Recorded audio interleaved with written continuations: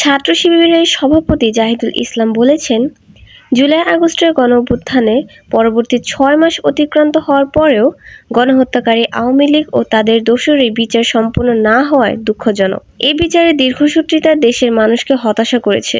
বুধবার ছাত্র শিবিরের ৪৮তম প্রতিষ্ঠান বার্ষিকী উপলক্ষে আয়োজিত সংবাদ সম্মেলনে এসব কথা বলেন তিনি। ৬ মাসেও বিচার না হওয়ায় দুঃখজনক, শিবির সভাপতি। ব্রিফিংয়ে তিনি বলেন, শহীদ আবু সাঈদ, মুগ্ধ, ওয়াসিমের বুকের তাজা রক্তে বৈষম্যহীন ও সুপ্রতিষ্ঠিত রাষ্ট্রের স্বপ্ন বুনে গেছেন। তাদের অকৃত্রিম আত্মত্যাগ ও অন্যান্য সাহসিকতার ফলেই স্বৈরশাসনের পতন ঘটেছে। ছাত্র শিবিরের সভাপতি বলেন, আওয়ামী সন্ত্রাসীদের গ্রেপ্তারের পরবর্তী জামিনে মুক্ত করা হচ্ছে, যা কোনোভাবেই কাম্য নয়। ছাত্রলীগ ও যুবলীগের সন্ত্রাসীরা এখনও আমাদের ভাইয়ারকে হত্যা করার জন্য বিভিন্ন স্থানে হামলা করছে বলেও জানান তিনি। সরকারের নির্লিপ্ততার কারণে পতিত স্বৈরাচার আবার মাথাচাড়া দিতে শুরু করেছে বলেও জানান তিনি। সাংগঠনিক প্রতিষ্ঠা বার্ষিকী উপলক্ষে বর্ণাঢ্য র্যালি সহ আগামী ১ সপ্তাহ নানা কর্মসূচি গ্রহণ করেছেন ছাত্র শিবির।